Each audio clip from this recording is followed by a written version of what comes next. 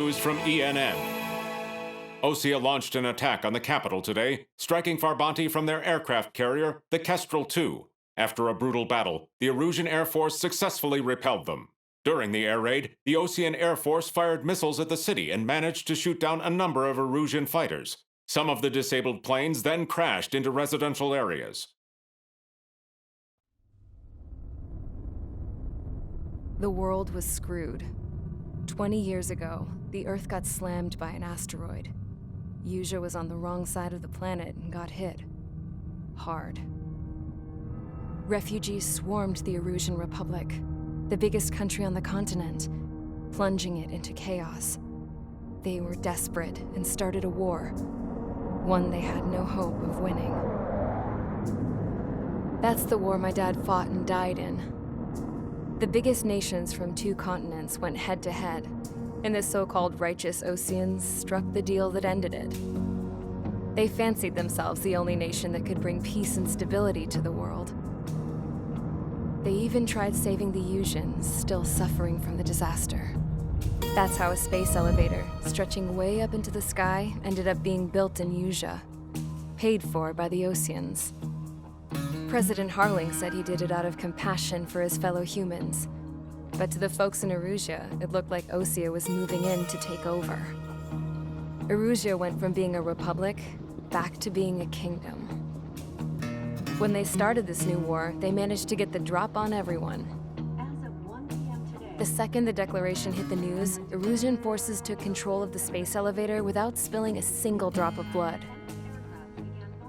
President Harling was touring the elevator when it happened and disappeared. Then, while that was going on, the Erusian ships that were docked all around Osea released a swarm of drone fighters they had hidden on board in containers. No one thought they were capable of doing what they did that day.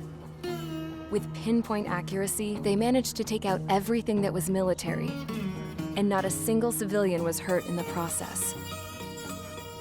Osea pissed lots of people off with their huge military presence around the world. Erusia didn't have the same reach, but they could hit their targets faster and cleaner. And when all this was going down, I just so happened to be in my flying drag racer.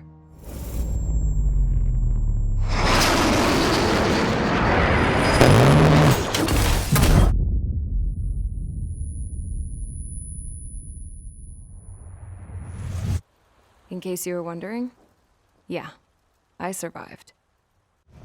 I crashed in a bombed-out Osean Air Force base, then got arrested for breaking wartime aviation laws or some crap. The world went from being at peace to being at war, all in the blink of an eye. I'm Princess Rosa Cassette Delise of the Kingdom of Erusia. Today, Osean airstrikes have shattered the lives of countless Erusians.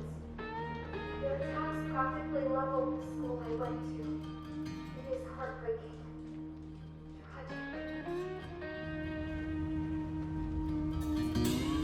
I was tried, found guilty, and stuffed into a cargo ship. For company, I had some court-martialed soldiers. And remember those mothballed planes I told you about before? They were loaded on the ship too. We headed off down south for several days, and then swung east. That's how I got here. I was thousands of kilometers from Erusia, on the opposite side of the Yusian continent. For a port, it was dull as hell. It had 3 rusty patrol boats, and the base? The fences were topped with razor wire, the tower had a searchlight and machine guns, and a truck with a gun turret was parked in front of the gate. Its gun was aimed at the yard. This was a prison. This place looked like a full-on base, but half the tanker trucks were just big balloons, and the runways weren't even paved, just painted on the dirt. The whole place was just one big fat lie. The only reason I was here is because they knew I'd restored a supersonic plane. They wanted me to make something out of the mothballed planes they brought, that they could park on the fake runway. Can you believe that shit? So, I tried to escape. They found out and set the dogs on me.